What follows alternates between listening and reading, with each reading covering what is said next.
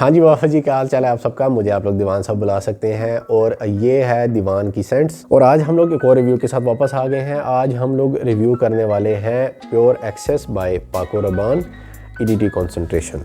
तो जिसकी ओपनिंग पे बात करेंगे, नोट्स को ब्रेक डाउन करेंगे, इस फ्रेग्रेंस को एक्सप्लेन करेंगे। लेकिन अगर आप लोग ये नहीं चाहते, एक समरी चाहते हैं, तो मैं एक टाइम स्टैम्प दे दूंगा, चैप्टर्स में भी लगा दूंगा, आप जाकर समरी देख सकते हैं। तो जी इसकी टॉप नोट के अंदर है जिंजर, थाइम, ग्रेप फ्रूट, इसके अलावा बर्गमॉट और ग्रीन अकॉर्ड्स या ग्रीन नोट्स। और इसके अलावा जी इसके हार्ड नोट के अंदर है वनीला, एप्पल, लिकर, लेदर और सिनेमन। इसके अलावा बेस के अंदर है मर, शुगर, पचूली, कश्मारिन और वुडी नोट्स, या फिर आप कह सकते हैं कि सीडर इसके अंदर है। इन पर्टिकुलर सीडर ज़्यादा इसके अंदर प्रेजेंट है। तो जी टाइम वेस्ट नहीं करते और इसको एक्सप्लेन करते हैं इन 3, 2, 1। इसकी जो ओपनिंग है ना वो थोड़ी सी वियर्ड है, और वियर्ड इसलिए है कि मैं जब इसकी ओपनिंग सुनता हूँ तो मुझे ऐसा लगता है जिस तरह एक बोर्ड मार्कर आप लेते हैं ना नया, उसको आप खोल के स्मेल करें तो उसकी एक जो इंक की स्मेल होती है वो, और इसके साथ जो उसमें बेस में स्वीटनेस और काफ़ी नोट्स हैं, उसकी कंबाइन इसके अंदर एक फ्रेग्रेंस आती है। बहुत क्लोजली अगर आप इसको स्मेल करें तो आपको ऐसी फ्रेग्रेंस आएगी जैसे डिटर्जेंट होता है ना, वॉशिंग डिटर्जेंट। और उसकी रीज़निंग ये है कि ये टॉप नोट में काफ़ी नोट्स इसके अंदर हैं। आपने देखा जैसे इसके अंदर जिंजर है, ग्रेप फ्रूट है, बर्गमॉट है, थाइम है। ये जो नोट्स हैं ये सिट्रस हैवी हैं, और इसमें 2 किस्म के सिट्रसेस हैं, इसलिए ये ज़रा थोड़ी सी ऐसी फील देती है जैसे क्लीन है। लेकिन ये सिर्फ ओपनिंग में है, इसके बाद ये टोटली डिसअपीयर हो जाती है। और जो डिटर्जेंट वाली फीलिंग है वो इसलिए है कि इसमें साथ साथ ग्रीन अकॉर्ड्स भी हैं, ग्रीन नोट्स हैं।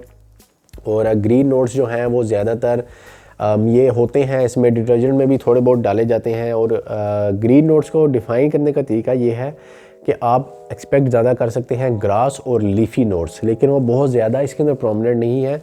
वो ज़रा जो ओपनिंग है ना इसके अंदर वो उसके राउंड घूमती है ऐसे ऐसे। ये बहुत ज़्यादा हर्बेशियस और ग्रीन सेंट नहीं है, ये आपने एक्सपेक्ट नहीं करना। वो उन्होंने डिटेल दी हुई है इसलिए उन्होंने लिखा हुआ है ग्रीन अकॉर्ड, लेकिन बेसिकली ग्रीन अकॉर्ड बहुत ज़्यादा इसके अंदर नहीं है। इसके अलावा आप ओपनिंग में ज़्यादा डिटेक्ट नहीं कर सकते इसकी बेस और हार्ड नोट, वो इसलिए कि ज़रा ये थोड़ी सी अपलिफ्टेड स्क्विशी सेंट नहीं है, ज़रा थोड़ी सी फैली हुई सेंट है। और इस वजह से क्योंकि ये ईडीटी कॉन्सेंट्रेशन है और इसी वजह से थोड़ी सी वाटरी आपको लगेगी, थोड़ी सी ज़रा फ्रेश लगेगी। लेकिन जब ये इसको थोड़ा टाइम गुजर जाता है तो ये स्वीट फ्रेग्रेंस बन जाती है। तो जी इसके इंडिविजुअल नोट्स पे आ जाते हैं। इसके अंदर जो टॉप नोट के अंदर जिंजर का नोट है वो इसके अंदर कहीं ना कहीं प्रेजेंट है, लेकिन टॉप नोट में प्रोमिनेंट नहीं है। जिंजर की फ्रेग्रेंस जो है इटसेल्फ मुझे बड़ी पसंद है, लेकिन जो फ्रेग्रेंसेस के अंदर जिंजर इस्तेमाल होता है I love it. Top note में मेरा फेवरेट जो है ना वो जिंजर और बर्गमॉट है। आई लव जिंजर नोट, और इसी वजह से मुझे इसकी ओपनिंग काफ़ी पसंद है। और इसके अंदर जो जिंजर का नोट है मैंने आपको बताया है प्रोमिनेंट नहीं है, बाकी जो नोट्स हैं उनके साथ कंबाइन हो रहा है। इसके अलावा ग्रेप फ्रूट और जिंजर ये दोनों आपस में कंबाइंड है, ये आप समझें एक नोट, क्योंकि ग्रेप फ्रूट इटसेल्फ नहीं है। ग्रेप फ्रूट जो सेंट भी देता है ना वो इसी टाइप की देता है, जिंजर के टाइप की ही देता है, ये उसी कैटेगरी में ऑलमोस्ट आ जाता है। लेकिन जिंजर जो है वो ज़रा ज़्यादा ज़बरदस्त होता है ग्रेप फ्रूट से, क्योंकि ग्रेप फ्रूट के अंदर एक ना खटास होती है, वो खटास मुझे नहीं पसंद। जो जिंजर होता है उसमें खटास नहीं होती, फ्रेश कटी हुई जो चीज़ होती है ना वो उसके अंदर होती है जिंजर के अंदर, इसलिए आई लव जिंजर। इसके अलावा जो थाइम है, थाइम का नोट मैंने नोट आपको बताया था कि जो लीक होके हार्ड नोट के अंदर जा रहा है वो थाइम का नोट है। और थाइम थोड़ा थोड़ा अपने साथ ना जिंजर भी बेस में इसकी हार्ड नोट में लेके जा रहा है, लेकिन इटसेल्फ ज़्यादा प्रोमिनेंट नहीं है। थाइम जो है वो इसके अंदर ड्राइड नहीं है, फ्रेश थाइम है। फ्रेश थाइम जो होती है वो ज़रा थोड़ी सी लाइट होती है, ज़्यादा पंजेंट स्ट्रॉन्ग नहीं होती, कि ज़रा ड्राई और डस्टी सेंट नहीं होती, हर्बेशियस सेंट में ही आती है बेसिकली थाइम। इसलिए इसमें ग्रीन अकॉर्ड्स भी लिखे हुए हैं। जो थाइम की इटसेल्फ सेंट है उसको इन्होंने चेंज किया है ग्रीन नोट्स के साथ। इसी वजह से हम इसके साथ ग्रीन नोट्स को मिला के बनाएंगे, क्योंकि ग्रीन नोट्स और थाइम ये एक ही नोट है इसके अंदर। मेन जो इसके अंदर सिट्रस है टॉप नोट के अंदर, जो मेन है नोट वो है बर्गमॉट का, और वो जो है उसके साथ सारे कंबाइंड है नोट। बर्गमॉट न्यूट्रल होता है, मैंने आपको बताया था, थोड़ा सा सेंट को चेंज करता है, राउंड करता है, सॉफ्टनेस देता है, एक टॉप नोट को। इसके अलावा हार्ड नोट में इसके अंदर पहला नोट आ जाता है वनीला का, और वनीला के नोट पे हम एंड में बात करेंगे, वो उसकी मैं आपको वजह बताऊंगा। लेकिन ऊपर से जो थाइम और जिंजर थोड़ा थोड़ा साथ आ रहा है हार्ड नोट के अंदर, वो इसमें कंबाइन हो रहा है एप्पल के नोट के साथ, और ये एक नोट बना हुआ है तीनों का मिला के, बड़ा ज़बरदस्त नोट है। साथ साथ इन्होंने बीच में लिखा हुआ है लिकर जो है वो इसमें अब किस किस्म की है आई डोंट नो, लेकिन मुझे इट्स ऑफ लिकर की सेंट भी नहीं पता। लेकिन जो डिफाइन की जाती है लिकर की सेंट, वो ज़रा डर्टी फ्रेगरेंस होती है, वो बहुत ज़्यादा उसकी कोई स्मेल नहीं होती, ठीक है जी। तो वो इसके अंदर डाला गया है राउंड करने के लिए, फ्रेगरेंसेस को चेंज करने के लिए, मॉलिक्यूल्स को थोड़ा सा चेंज करने के लिए, डेप्थ देने के लिए फ्रेगरेंस को। इसके अलावा जो सिनेमन है वो इसमें कंबाइंड है इस पूरे हार्ड नोट के साथ। इसकी जो एक मेन जो मॉलिक्यूल है वो वनीला का नोट है, और वनीला के नोट को सिनेमन ने थोड़ा सा चेंज किया हुआ है, स्पाइसी स्वीटनेस एक दी हुई है इसको। बाकी लेदर बहुत ज़्यादा प्रोमिनेंट नहीं है, लिकर की तरह ही लेदर का नोट भी इसके अंदर होगा अगर हुआ भी, लेकिन लेदर हैवी फ्रेगरेंस ये बिल्कुल भी नहीं है, ये स्वीट फ्रेगरेंस है। इसी वजह से हम इसके साथ वनीला को एंड पे रखेंगे, क्योंकि वजह ये है कि वनीला का जो नोट है वो फर्दर लीक होके बेस में जा रहा है। कोई ना कोई टेल आप देखेंगे कंबाइंड होती है फ्रेगरेंस की, इंडिविजुअल नोट्स पे नहीं बनती फ्रेगरेंस, कॉम्बिनेशन होता है। तो इसी तरह जो कॉम्बिनेशन इसमें हुआ है वो वनीला बेस के अंदर जा रही है। अच्छा, बेस में इसके दो नोट्स हैं, एक मर का नोट है और एक शुगर का नोट है। इन दोनों को हम कंबाइंड करेंगे। उसकी वजह ये है कि जो मर का नोट होता है वो रेजनस और थोड़ा सा स्वीट, थोड़ा सा कड़वा होता है, स्वीट कड़वा आप कह सकते हैं, और इसके साथ साथ ना थोड़ा सा डस्टी सा होता है, थोड़ा सा फिल्थी सा होता है मर का नोट। आप ये समझें रेजनस जिस तरह किशमिश होती है ना, उस टाइप की फ्रेग्रेंस होती है। और शुगर को डाला गया है इसको फर्दर स्वीट करने के लिए, और बड़ा ज़बरदस्त नोट है इन दोनों का। ये एडिबल फ्रेग्रेंस आपको लगेगी, आप सूंघेंगे तो कहेंगे यार आपका खाने का दिल कर रहा होगा इस चीज़ को। और इसकी वजह यही है कि इसकी जो बेस में शुगर और मर है वो इसकी मेन कॉम्पोजिशन है, मेन नोट है इसके अंदर, और फर्दर ऊपर से जो लीकेज आ रही है वो इन दोनों के अंदर आ रही है। बाकी जो बेस में नोट्स हैं वो इसको सपोर्ट करने के लिए हैं। सीडर वुड जैसे उन्होंने डाला हुआ है, पचूली जैसे डाला हुआ है, ये इसको सपोर्ट करने के लिए है। इसके साथ साथ जो एक थोड़ा सा और प्रोमिनेंट नोट है जिसने इसको चेंज किया है बेस को, वो है कश्मारिन का नोट। अब आप कहेंगे कश्मारिन का नोट कैसा होता है? जो क्लोज में आपको बता सकता हूँ ना, वो ये है कि जिस तरह रुई की सेंट होती है ना, डस्टी सी, और आप ऐसे रुई को सूंघेंगे आपको अजीब सी लगेगी, वही चीज़ होती है। सेम कश्मारिन भी उसी तरह की होती है। ये एक सिंथेटिक होता है, ये नेचुरल इंग्रेडिएंट नहीं होता, ये इमेजिनरी नोट है कि यार कश्मारिन और ये जो वूल होती है और जो रुई वगैरह होती है इसके अंदर से ये सेंट आती है, तो इसलिए उन्होंने इसको ना कश्मारिन का नोट बनाया है। लेकिन वैसे ये एक केमिकल होता है, अरोमा केमिकल होता है, ये नेचुरल इंग्रेडिएंट नहीं होता। बाकी ये बहुत ज़्यादा बेस में वुडी भी नहीं है। जो जिसने बेस में इसको चेंज किया है सेंट को, वो है कश्मारिन, और कश्मारिन को चेंज किया हुआ है वुडी नोट ने।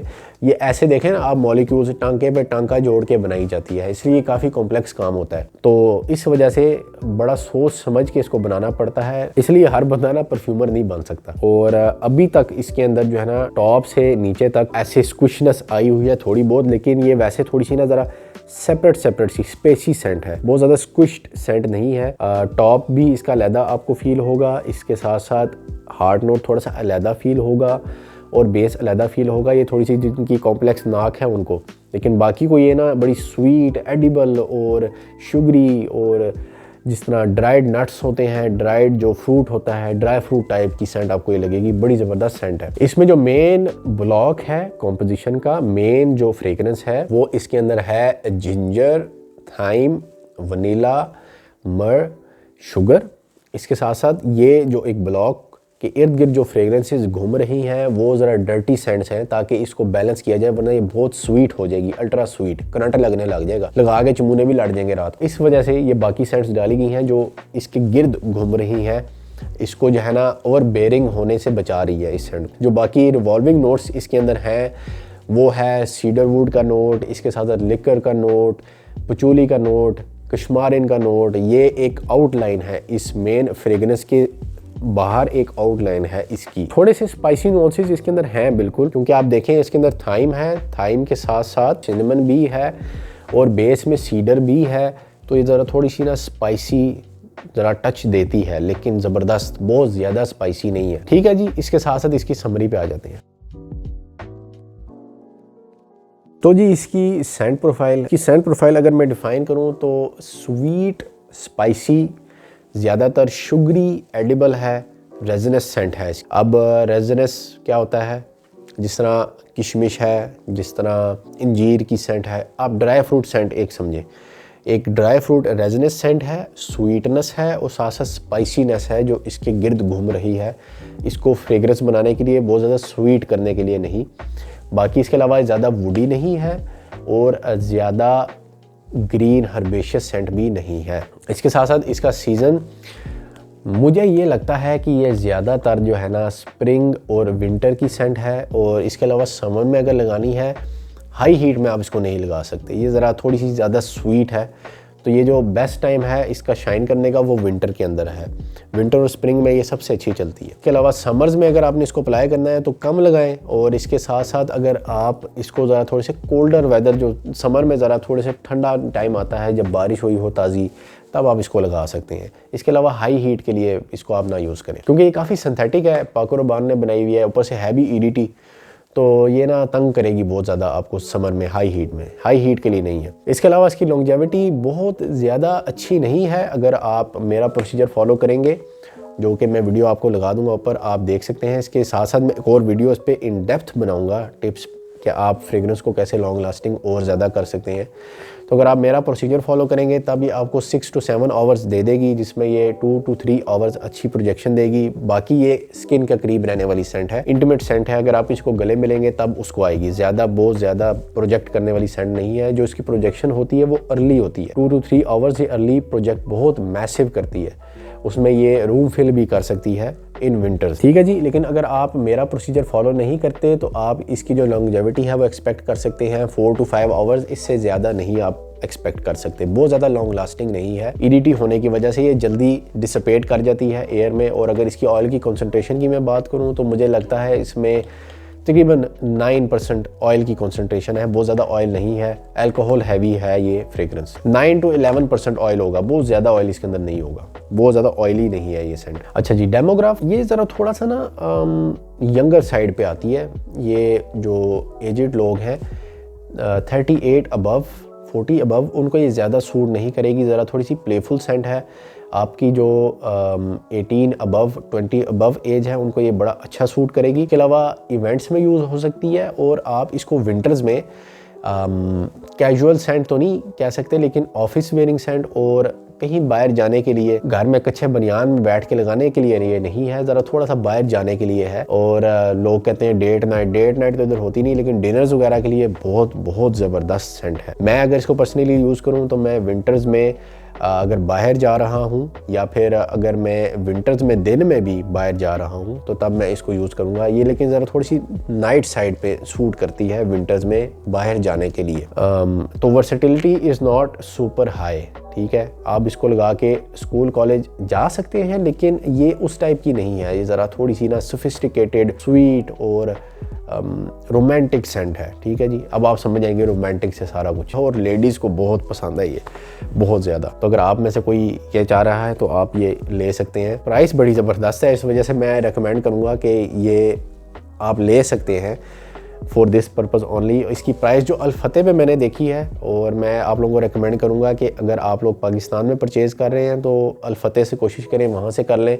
जो लोगों ने जिन्होंने परचेज़ की है उन्होंने उसके रिव्यूज़ अच्छे दिए हैं कि यार इसके परफ्यूम्स अच्छे होते हैं, ओरिजिनल होते हैं। तो वहाँ पर ये मिल रही है 9,400 रुपये की, which is not much for fragrance. और मेरे ख्याल से 100 ml है शायद, मेरे ख्याल से जो मुझे याद है 125 या 100 ml है, तो दैट्स मोर देन इनफ। 9,000 में बहुत अच्छी प्राइसिंग है इसकी, ये चीप ही है लेकिन बड़ी ज़बरदस्त। पाको रहमान की अगर मुझे कोई पसंद है ना तो वो ये पसंद है, इसके अलावा मुझे ज़्यादा उनकी पसंद नहीं आती। और एक चीज़ ख्याल में रखनी है, ये प्योर एक्सेस बाय नाइट नहीं है, ये सादी है, बाय नाइट डिफरेंट है। ठीक है जी। इसके अलावा ये ज़्यादा मैनली है, लेकिन इसको वुमन भी कैरी कर सकती है क्योंकि ये स्वीट फ्रेग्रेंस है। तो मैं कहूँगा कि ये 70-30% है, 70% मेल साइड पे है, 30% फीमेल साइड पे है। इसकी स्वीटनेस ज़्यादा होने की वजह से ये ज़रा थोड़ी फीमेल भी इसको यूज़ कर सकती हैं, ये यूनिसेक्स भी हो सकती है। इसके अलावा इसमें ज़्यादा फीमेल या फेमिनिन कंपोनेंट्स ज़्यादा नहीं है। ठीक है जी, इसके साथ मैं इसको स्कोर दूंगा 7 आउट ऑफ 10। और उसकी रीज़निंग ये है, इसका एक ड्रॉबैक ये है मेरे लिए कि ये ज़रा थोड़ी सी ना इसमें कुछ चीज़ें मिसिंग हैं। मैं ज़रा चाहता हूँ कि इसमें वुडीनेस थोड़ी सी ज़्यादा हो, स्वीटनेस थोड़ी सी कम हो, लेकिन आई डोंट माइंड इट। जिस दिन मतलब कि मेरा जाना दिल कर रहा हो बहुत ज़्यादा स्वीट फ्रेग्रेंस लगाने का, उस दिन मुझे ये बड़ी पसंद आती है, मुझे इसमें कोई फ्लॉ नज़र नहीं आता। लेकिन अगर मैं इसको कुछ दिन यूज़ करता हूँ तो मैं कहता हूँ यार इसमें थोड़ी सी ना ज़रा वुडीनेस ज़्यादा होनी चाहिए थी, थोड़ी सी ज़रा अगर इसमें वुडीनेस भी ज़्यादा होती ना तो ये इसका जो डेमोग्राफिक रेंज है वो भी बढ़ जाना था, फिर इसको ज़रा एजड लोग भी यूज़ कर सकते हैं। लेकिन it's not bad by any means, बड़ी ज़बरदस्त फ्रेग्रेंस है, इस प्राइस रेंज में तो बहुत ज़बरदस्त है। तो हाईली रिकमेंड दिस। अगर आपको अल्ट्रा स्वीट फ्रेगनेंसेस पसंद है, थोड़ी सी स्पाइसी लेकिन अल्ट्रा स्वीट अपने माइंड में रखना है अगर वो पसंद है। बाकी इंटरनेशनल मार्केट में भी ये इतनी महंगी नहीं है, ये आपको 10 से 1000 11,000 के अंदर मिल जाएगी, बहुत ज़्यादा एक्सपेंसिव नहीं है। लेकिन फिर भी ये चीपीज़ में आती है, बड़ी ज़बरदस्त है। और कुछ लोग इंडिया से मेरे से पूछते हैं कि यार हम कहाँ से परचेज़ करें। इंडिया में मुझे ज़्यादा नहीं पता, लेकिन लोग ज़्यादातर इंडिया में जो परचेज़ करते हैं अमेज़ॉन से करते हैं। तो अगर आप अमेज़ॉन को आप ट्रस्ट करते हैं अमेज़ॉन पे तो आप वहाँ से ले सकते हैं। लेकिन इंडिया का मुझे ज़्यादा नहीं पता, उसमें मुझे थोड़ा सा रिसर्च करना पड़ेगा कि इंडिया में लोग कहाँ से ज़्यादा परचेज़ कर रहे हैं। फिर मैं उसके लिंक्स वगैरह दे दिया करूँगा इन डिस्क्रिप्शन, ठीक है जी, तो आपको टेंशन नहीं होगी उसकी। और ये अल-फतेह का लिंक भी मैं आपको डिस्क्रिप्शन में दे दूंगा, आप जाके वहाँ से परचेज़ कर सकते हैं अगर आपने करनी है। इसी के साथ इस रिव्यू को यहाँ पर ख़त्म करते हैं। अगर आप लोगों को वीडियो पसंद आई तो चैनल सब्सक्राइब करें, वीडियो को लाइक करें और आगे शेयर कर दें। अगर नॉलेजेबल लगी है तो दूसरों के भी काम आएगी। तो जी इंशाल्लाह मैं अगली वीडियो में आप लोगों से मिलूँगा। अगर आप लोगों ने मेरा थोबड़ा और कहीं देखना है तो मैं 2 वीडियोज़ और लगा दूँगा, आप जाकर वहाँ पर देख सकते हैं। अभी के लिए मुझे इजाज़त दें, हाफ़िज़।